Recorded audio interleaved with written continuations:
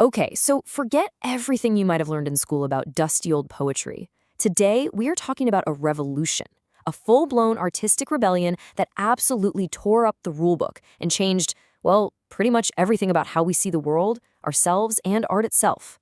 This was the Romantic Rebellion. Let's dive in. So, to really get a rebellion, you gotta know what it was fighting against. Before the Romantics came along, art in the 18th century was all about structure, logic, and doing things the right way. It had strict rules, it valued cold, hard reason over messy feelings, and it usually told stories about kings and queens. But the Romantics, oh, they flipped the entire script. They were all about freedom, raw emotion, and finding beauty not in a palace, but in the life of an ordinary farmer. It was a massive, total shift in what mattered. And every revolution needs its leaders.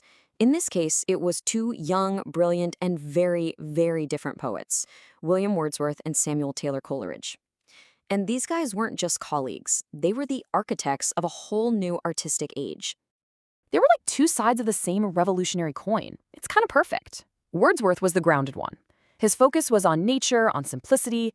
He really believed you could find the most profound truths in the most ordinary things. Coleridge, on the other hand, his mind was always soaring. He was exploring the wild frontiers of imagination, the supernatural, finding truth in things that were awe-inspiring and even a little bit scary.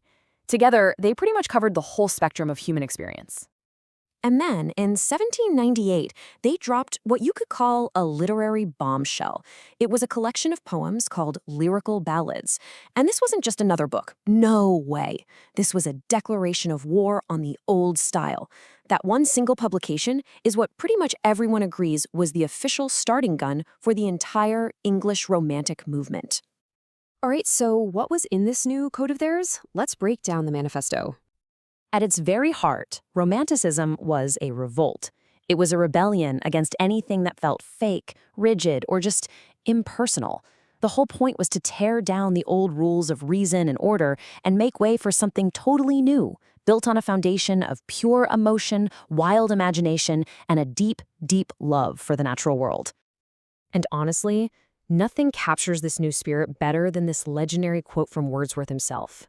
Poetry is the spontaneous overflow of powerful feelings. Just think about that for a second. Art is no longer about clever wordplay or following a formula. Now, it's about bottling lightning. It's about capturing a raw, authentic, powerful feeling the very moment it happens.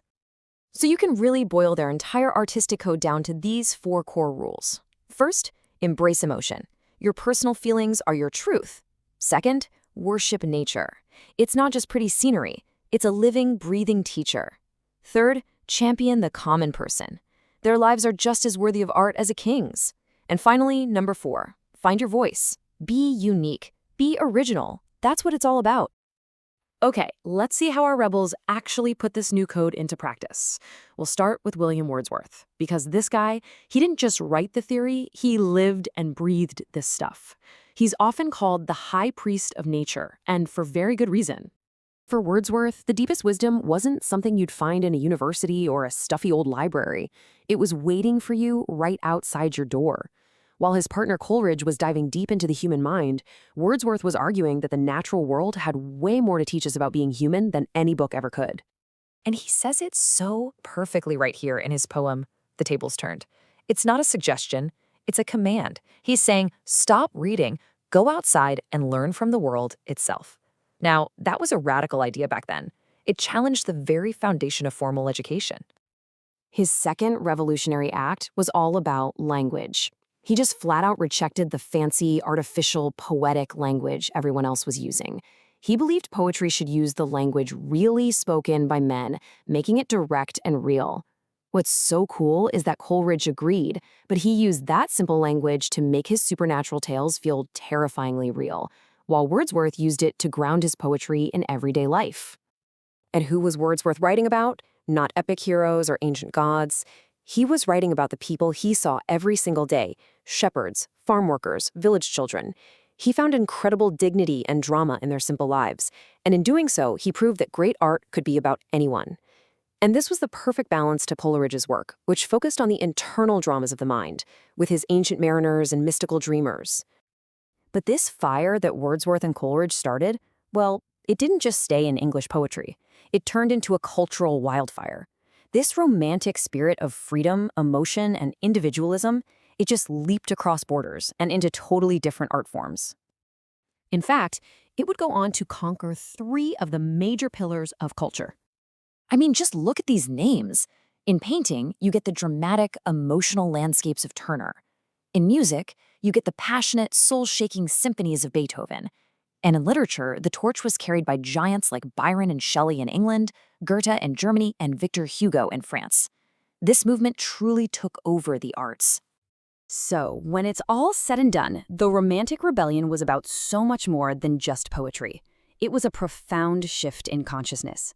It taught us to value our own inner emotional lives, to see nature as something almost sacred, and to celebrate the unique, irreplaceable value of every single one of us. It literally redefined the purpose of art. And that kind of leaves us with a question for today, doesn't it? Wordsworth and his fellow rebels looked for authentic feeling in the natural world, in the lives of ordinary people. But in our modern world, this world of algorithms and data and digital screens, where do we find that? Where is our spontaneous overflow of powerful feelings? It's something to think about.